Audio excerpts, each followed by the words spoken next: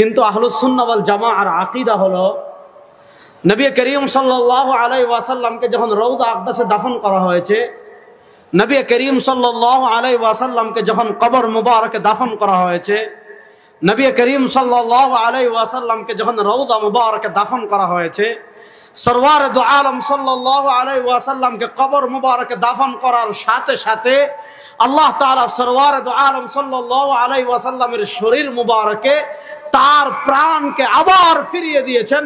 এজন্য আহলুস সুন্নাহ ওয়াল জামাআতের আকীদা হলো আল্লাহর যত নবী দুনিয়াতে এসেছেন, আল্লাহর যত রাসূল দুনিয়াতে এসেছেন, সব নবী এবং সব রাসূলকে কবরে দাফন করার পর আল্লাহ তাআলা তাদের রূহকে তাদের শরীরে আবার ফিরিয়ে দিয়েছেন। যার কারণে আহলুস সুন্নাহ ওয়াল জামাআতের আকীদা হলো নবীগণ কবরে জিন্দা।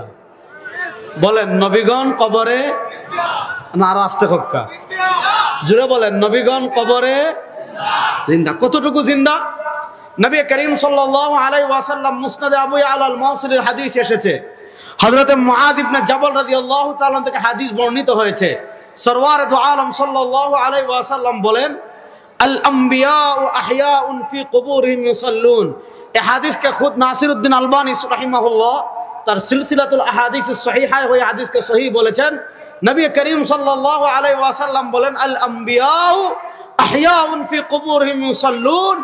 আদম আলাইহিস সালাতু ওয়াস সালাম থেকে নিয়ে আমাদের নবী পর্যন্ত আল্লাহ দুনিয়াতে যত নবী পাঠিয়েছেন, আল্লাহ দুনিয়াতে যত রাসূল পাঠিয়েছেন, আল আমবিয়াউ আহইয়াউন সকল নবীগণ জীবিত ফি কুবুরিহিম তাদের কবরে কি করছেন? ইউসাল্লুন নবীগণ কবরে নামাজ পড়ছেন। এজন্য সহিহ মুসলিমে হাদিস আসছে, নবী করিম সাল্লাল্লাহু আলাইহি ওয়াসাল্লাম তার মেরাজের বর্ণনা দিচ্ছেন। নবী করিম সাল্লাল্লাহু আলাইহি ওয়াসাল্লাম মেরাজের রাত্রে থেকে ফিরে আসার পর নিজে তিনি তার মেরাজের বর্ণনা দিচ্ছেন। তিনি বলেন, মারারতু লাইলাতান উসরিয়া বি আলা মুসা ইনদাল কাসিবিল আহমর। মেরাজের রাতে বুরাকে চড়ে বিদ্যুতের চেয়ে দ্রুত গতিতে আমি মক্কা থেকে বাইতুল মাকদিস যাচ্ছিলাম।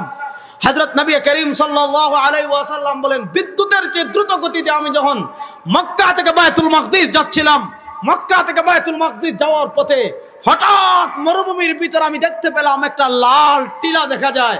আমি উপর থেকে লাল টিলার দিকে তাকালাম, আমি দেখলাম ওই লাল টিলার নিচে হযরত মুসা আলাইহিস সালাতু ওয়াস সালামের কবর।